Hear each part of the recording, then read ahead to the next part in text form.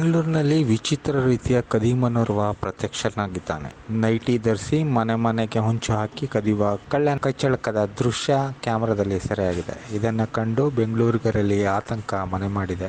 ಈ ಕಳ್ಳ ರಾತ್ರಿ ವೇಳೆ ನೈಟಿ ಧರಿಸಿ ಅಪಾರ್ಟ್ಮೆಂಟ್ಗೆ ನುಗ್ಗಿ ಶೂ ಕಳ್ಳತನ ಮಾಡಿದ್ದಾನೆ. ಶೂ ಕದ್ದು ಕಾಂಪೌಂಡ್ ಹಾರಿ ಪರಾರಿಯಾಗಿದ್ದಾನೆ. ಈ ಬಗ್ಗೆ ಅನಿಲ್ ಎಂಬುವರು ಸಾಮಾಜಿಕ ಜಾಲತಾಣದಲ್ಲಿ ಪೋಸ್ಟ್ ಒಂದನ್ನು ಹಾಕಿದ್ದಾರೆ. ಸದ್ಯ ನೈಟಿ ಕಳ್ಳನಿಂದ ಸಿಲಿಕಾನ್ ಸಿಟಿ ಮಂದಿಗೆ ಹೊಸ ತಲೆನೋವು ಶುರುವಾಗಿದೆ. ಅದರಲ್ಲೂ ಮನೆ ಬಾಗಿಲ ಮುಂದೆ ಇರಿಸುವ ಶೂ ಕಳ್ಳತನವಾಗದಂತೆ ಜನರು ಜಾಗ್ರತೆ ವಹಿಸುತ್ತಿದ್ದಾರೆ.